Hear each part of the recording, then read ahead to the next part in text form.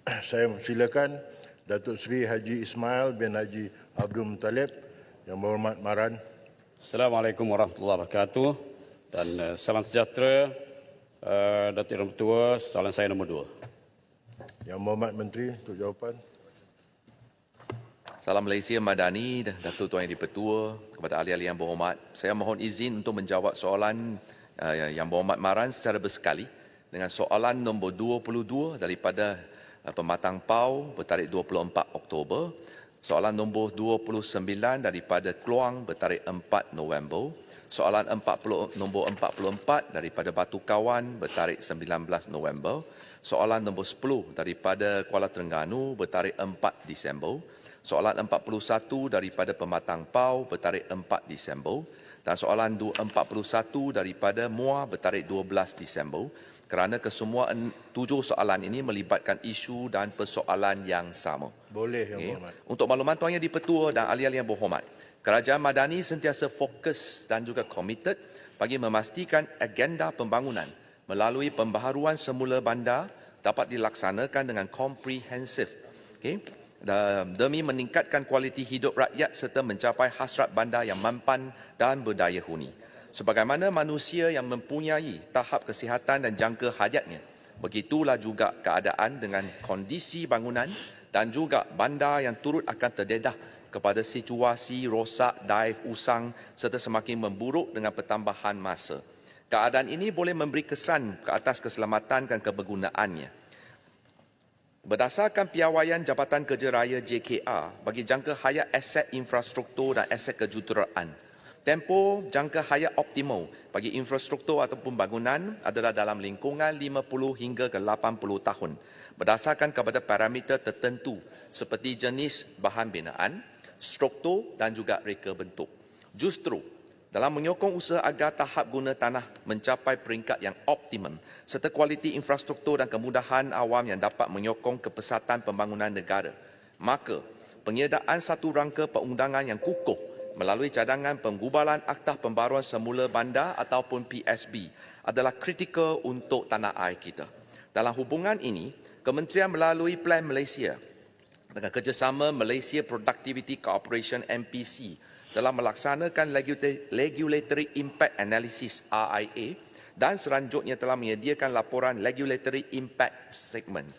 Untuk berdasarkan kepada Regulatory Impact Assessment ini, Akta Penggubalan Aktah PSB akan berpaksikan kepada 10 prinsip utama, iaitu pertama, persetujuan pemilik. Prinsip kedua, pengekalan penduduk asal. Prinsip ketiga, menjaga kepentingan pemilik tanah. Prinsip keempat, penempatan sementara yang kondusif. Prinsip kelima, penilaian kriteria tapak pembaharuan semula bandar.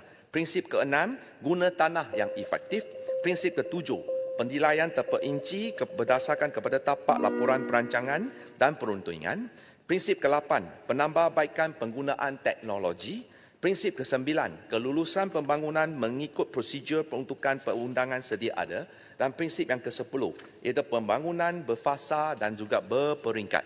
Berpaksikan kepada 10 prinsip di atas, maka dari aspek perlindungan hak pemilik hartanah yang terlibat dengan pelaksanaan projek PSB, draft RUU PSB telah mengambil kira peruntukan khusus mengenai di mana semasa permulaan proses PSB dibuat, kerajaan akan berunding dengan pemilik bersama-sama dengan badan pelaksana serta pemaju yang dilantik. Proses rundingan akan diadakan sehingga semua pihak bersetuju dengan syarat-syarat dan kehendak pemilik terlibat. Selain itu, penubuhan Jawatan Kuasa Eksekutif Persekutuan, Jawatan Kuasa Eksekutif Negeri dicadangkan untuk melaksanakan peranan untuk memastikan pemaju yang layak mempunyai kompetensi dan prospek pelaksanaan pembaharuan semula bandar dan turut bertanggungjawab dalam melindungi kepentingan pemilik sekiranya berlaku masalah sepanjang proses PSB. Selain itu, bagi memperkukuhkan lagi perundingan, perlindungan ke atas hak dan kepentingan pemilik, satu jawatan kuasa mediasi dicadangkan untuk ditubuhkan bagi menyelesaikan masalah-masalah yang berkaitan dengan projek pembangunan semula bandar. Dalam memastikan draft undang-undang baru ini adalah responsif terhadap keperluan sebenar, KPKT telah mengadakan 52 kali sesi Ulut Rebas libat urus bersama dengan Focus Group melibatkan pelbagai agensi persekutuan, pihak berkuasa negeri, PBT, Jabatan Peguam Negara, institusi pengajian tinggi awam, penggiat industri, badan profesional, pertubuhan bukan kerajaan serta semua pihak-pihak berkepentingan yang lain bagi memastikan pelaksanaan undang-undang yang menyeluruh. Sebagai makluman juga, KPKT telah membentangkan Memorandum Jemaah Menteri Dasar kepada Kabinet bagi cadangan penggubalan undang-undang baru ini pada 14 Ogos tahun ini. Selain juga, pembentangan telah pun dibuat kepada Special Select Committee Dewan Yang Mulia ini, iaitu Jawatan Kuasa Pilihan Khas Infrastruktur Pengangkutan dan Komunikasi di Parlimen pada minggu lepas, iaitu 17 Oktober. Khusus untuk mendapatkan pandangan dan sokongan ahli-ahli Parlimen di dalam Jawatan Kuasa Khas. Untuk makluman, sesi lebar urus bersama Kerajaan Negeri Sabah dan Sarawak juga akan diadakan pada bulan depan agar keperluan khusus mereka turut diberikan perhatian mengambil kira keunikan kawasan dan geografi. Sebagai mekanisme perundangan yang komprehensif, Tuan Yang di-Pertua, IUU baru ini dijangka memberi manfaat dari aspek-aspek berikut. Pertama, meningkatkan kecekapan perancangan bandar, khususnya untuk menangani risiko keusangan serta kemerosotan bandar. Yang kedua, menyediakan mekanisme dan ekosistem pembangunan ekonomi baru, menangani isu kawasan tepu bena bandar serta cabaran mengekalkan persekitaran bandar yang mampan, hijau dan lestari. Ketiga, mengurangkan tekanan pembangunan ke atas kawasan greenfield sekaligus mengatasi isu rebakan bandar ataupun urban sprawl. Keempat, mengoptimalkan penggunaan tanah sekaligus merangsang pertumbuhan ekonomi baru. Dan yang kelima, meningkatkan nilai hartanah, menjaga produktiviti yang tinggi dan menyuntik ekonomi setempat. Maka secara keseluruhannya, Tuan Yang di-Pertua, pelaksanaan pembaharuan semula bandar mampu memastikan pembangunan yang dilaksanakan adalah lebih terancang dan inklusif selari dengan prinsip dengan izin leave no one behind. Tiada yang terpikir, tiada yang tertinggal.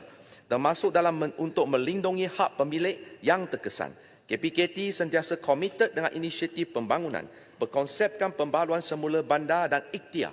Penggubalan akta baru ini diyakini dapat menyokong serta memenuhi perancangan negara ke arah untuk memastikan kemampanan bandar dan kesejahteraan rakyat secara seimbang dan saksama. Sekian, terima kasih. Soalan tambahan Yang Berhormat Marat. Terima kasih, Yang Berhormat Tuan Speaker, terima kasih Tuan Menteri. Jawatan memang panjang dan cantik. Pelaksanaan kita belum tahu. Yang Berhormat Datuk Ketua, penggubalan dan pelaksanaan akta pembaharuan semula bandar nanti belum tentu boleh menjamin dapat meningkatkan kualiti hidup rakyat serta mencapai hasrat bandar mampan dan berdaya uni. Kerana jelas banyak faktor negatif yang berlaku hasil daripada pembangunan bandar-bandar di negara kita. Umpamanya peningkatan masalah sosial, jenayah, pelacuran, dadah, pemilikan harta sebahagian rakyat, lambakan pekerja-pekerja asing dan sebagainya. Saya ingin bertanya kepada Yang Amat dari sudut lain, apakah usaha dan langkah kerajaan dalam menangani isu yang saya sebutkan tadi? Dan apakah usaha kerajaan yang diambil oleh kerajaan supaya tidak ada pertindahan, tidak ada permindahan penduduk yang tidak adil, Yang Amat dah sebutkan sedikit tadi, dan sejauh mana kerajaan telah mengkaji secara mendalam tentang pertindahan undang-undang perbandaran yang telah ada sekarang.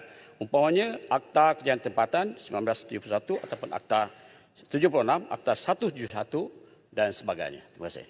Yang Berhormat Menteri. Terima kasih kepada Yang Berhormat Maran atas soalan tambahan. Untuk makluman seperti yang saya telah pun terangkan tadi, Kerajaan Madani sentiasa fokus dan komited. 52 kali libat urus telah pun dilakukan. Malahan, walaupun draft undang-undang belum lagi disempurnakan, di mana libat urus telah diadakan bersama dengan Special Select Committee Dewan Yang Mulia ini.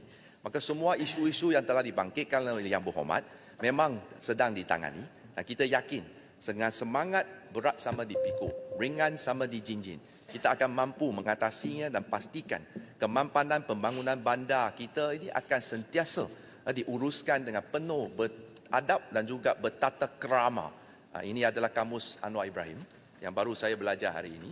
Dan untuk pastikan supaya hak dan kepentingan pemilik hartanah tidak terjejas. Bagi pemilik strata yang bersetuju untuk maklumat, menyertai pembaruan semula bandar, kita akan bagi dia 2 cadangan. Kaedah penyertaan secara rundingan. Pertama, one-to-one basis. Itu pemilik asal akan dapat satu rumah baru atau lebih mengikut perjanjian yang setimpa. Not less favorable, perkataan dia. Dan kedua, ataupun dia jika nak jual, dibenarkan untuk melepaskan hak milik, mendapatkan keuntungan untuk diri beliau dan dia mempunyai kebebasan untuk beli hartanah impian mereka. Dan untuk pastikan perlindungan kepada hak pemilik, jawatan kuasa mediasi akan ditubuhkan sekiranya terdapat isu-isu yang timbul sepanjang proses pembangunan semula bandar. Untuk makluman Tuan Yang di-Pertua dan ahli yang berhormat, kita ada success story. Saya bagi contoh dekat Bangsa, Razak Mansion. Dah berjaya dekat Pulau Pinang, Georgetown. Pelbagai urban regeneration, urban rejuvenation, urban Yang redevelopment. Berhormat Menteri, sebentar. Yang berhormat Tanah Merah, yang berhormat Tasik Gelugur, kalau nak berbicara di dalam ini, di luar. Ya. Teruskan, Yang Berhormat Menteri. Soalan jawapan tergendara, mohon maaf. Maka ya lebih kurang saya rasa saya pun dah terangkan dengan seterang-terang, maka tak payah bersuluh jika sudah terang. Terima kasih.